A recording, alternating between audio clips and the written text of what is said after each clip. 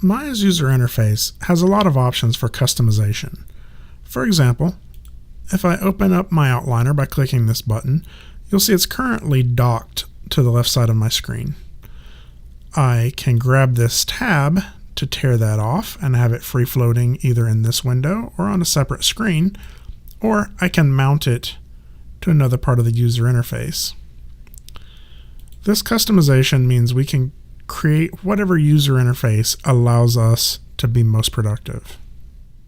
Maya also offers us some presets for custom-built workspaces in this tab along the top of our screen. You'll see I'm currently set to the Maya Classic workspace. If I click this drop-down menu, you'll see that there are a lot of options for presets for different layouts of our workspace. For example, if I click this Animation tab, Maya will arrange my workspace in a way that is more productive for creating animation. My graph editor is along the bottom.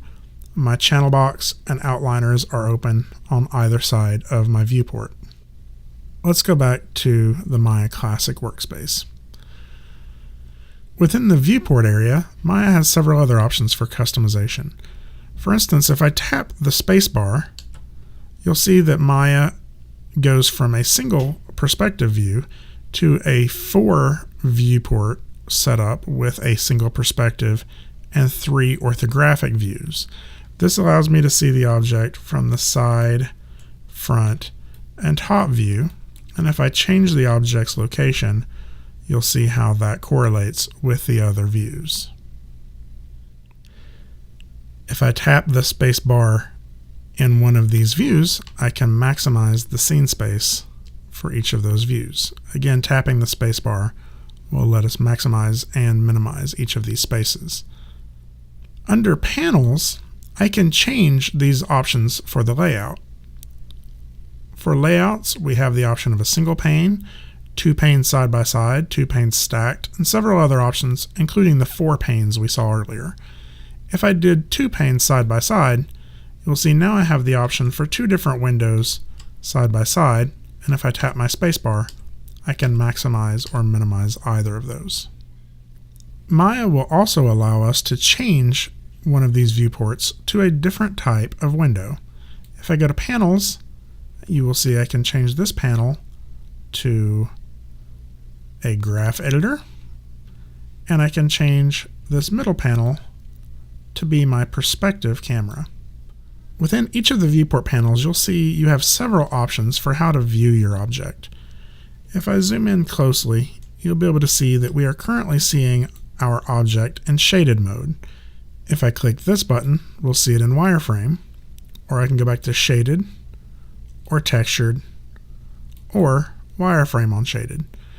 There are also several shortcut keys for these options. 4 is wireframe, 5 is shaded, 6 is textured if we had a texture on our object, and if we had a light in our room, 7 would allow us to see the lighting information. We already learned that we can minimize and maximize this viewport just by tapping the spacebar. But what you may have noticed is that if you hold down the spacebar, we have this menu that pops up wherever our location of our mouse is. This menu is called the hotbox, and within all of these menu items is nearly everything that can be found in Maya's menu along the top of the window. The hotbox is a form of marking menu. A marking menu is a type of menu inside of Maya in which we can click and drag in order to choose an option. So for example, if I wanted to change to my right view of my camera, I could drag to this right view icon and release, and it would change.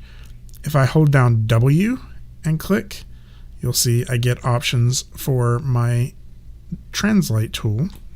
And if I hold down Shift and right click, I'll get a whole other set of marking menus. The majority of these options found in the marking menus can be found in other places in the user interface.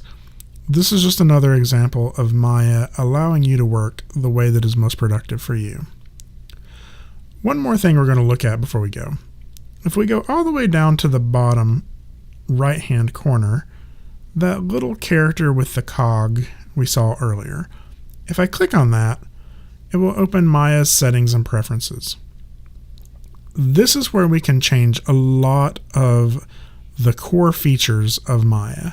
For example, we could change our frame rate from 24 frames a second to 29.97 or 30. We can also use the preferences to change the height of our time slider. There are tons of options hidden within these settings and preferences. You can also find the settings and preferences by going to Windows, Settings and Preferences, Preferences. Under this menu, you'll also find the hotkey editor. This allows you to create custom hotkeys for tasks you perform often.